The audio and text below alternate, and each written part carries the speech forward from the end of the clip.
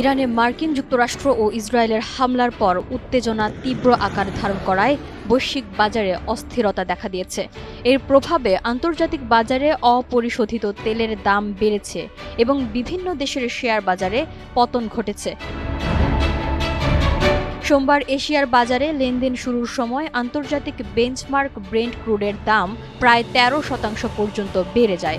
পরে কিছুটা স্থিতিশীল হলেও টোকিও সময় দুপুর পর্যন্ত প্রতি ব্যারেল ব্রেন্টের দাম দাঁড়ায় প্রায় $76.48, যা আগের দিনের তুলনায় প্রায় 5% বেশি।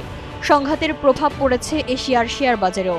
বিশ্লেষকদের মতে সংঘাত দীর্ঘায়িত হলে বৈশ্বিক জ্বালানি সরবরাহ ব্যবস্থা ও আর্থিক বাজারে আরও বড় ধরনের অস্থিরতা দেখা দিতে পারে। শনিবার ইরানে ইসরায়েল মার্কিন যৌথ হামলা এবং পাল্টা ক্ষেপণাস্ত্র নিক্ষেপের ঘটনায় পরিস্থিতি আরও জটিল হয়ে উঠেছে।